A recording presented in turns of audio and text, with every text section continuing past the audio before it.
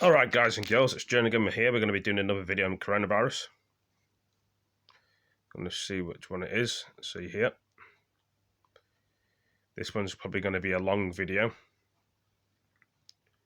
Or a short video.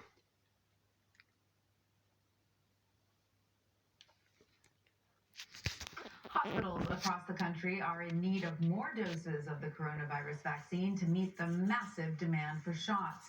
More than 41 million doses have been distributed nationwide, but only about half of them have actually been administered. Meanwhile, California Governor Gavin Newsom announced today he will lift stay-at-home restrictions as coronavirus conditions improve. The state will return to county-by-county restrictions. For more on this, Dr. Eric Choi Pena joins me now. He is Director of Global Health at Northwell Health. Dr. Choi Pena, this is in America, guys and girls, if you're from there, not the UK. When did you CSBCA. get your vaccine shots, and how is the rollout going at your hospital? Well, thank you for having me again. My vaccine shot, I think I got in the first week that the rollout began because I'm an emergency physician and was in the first part of the first tier. The vaccine rollout for healthcare workers has been going very, very well. We've vaccinated a large majority of our workforce and continue to provide those opportunities for staff. I think the big question now is pivoting to the general public and making sure that we have both the supply and the logistics set out to meet that demand as well. Moderna says that it is introducing a booster to battle mutant variants, including this South African variant that has some researchers concerned. What do you make of this, and do you think other pharmaceutical companies will follow suit? Yeah, I think that we're always looking for new technology and new innovations and ways to beat this virus. We are trying to stay ahead of it. I do want to say that even though there is a lot of word about decreased efficacy of antibodies against the South African variant, there's really good evidence that the vaccine still works against this variant and that people should still get the vaccine.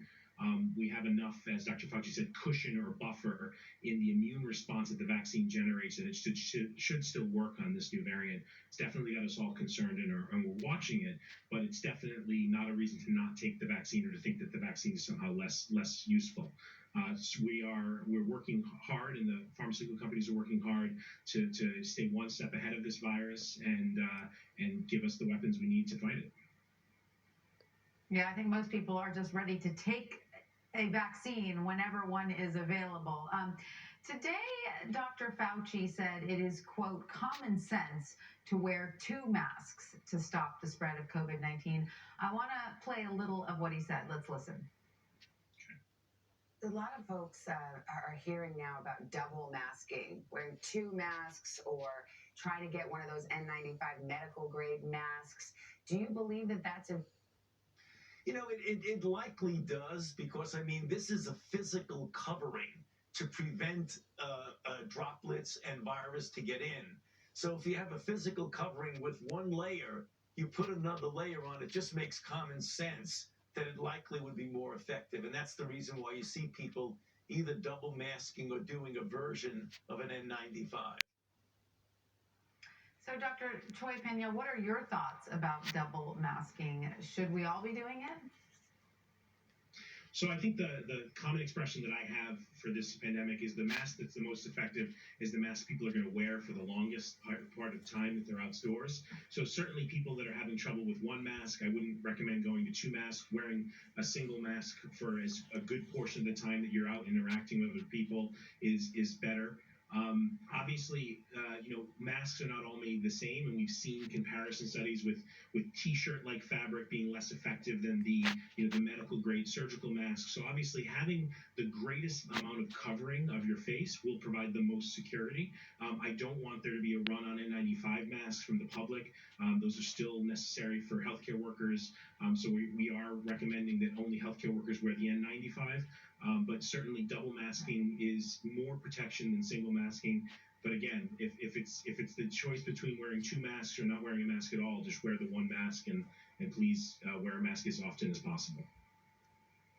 So speaking of that, as you know, New York City as a whole is largely, pretty left-leaning, but Staten Island, where you are, is more conservative, and we know that the mask issue has sadly become a little politicized, even though it shouldn't be, since it's just an issue of public health, and the virus doesn't care if you're a Republican or a Democrat. But when you're out in Staten Island, in the grocery aisle, or out in the community, are you noticing more people wearing masks there in Staten Island, and a decline in the number of conversations with any false information about COVID?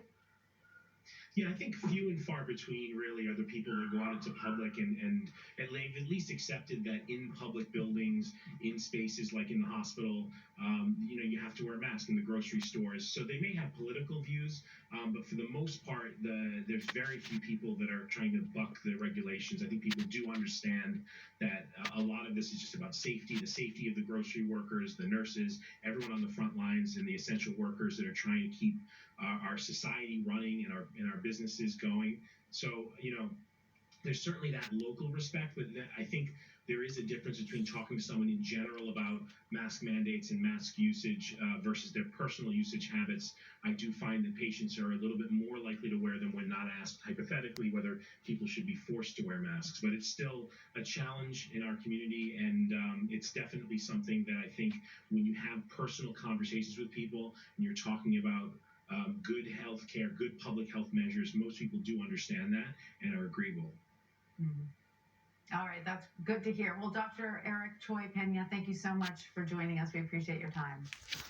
Thanks for having me. Well, hope you all enjoyed that video, guys and girls. Give it a like, give it a comment, share it with your friends, and I shall see you all in the next one. Thank you for joining me. Peace.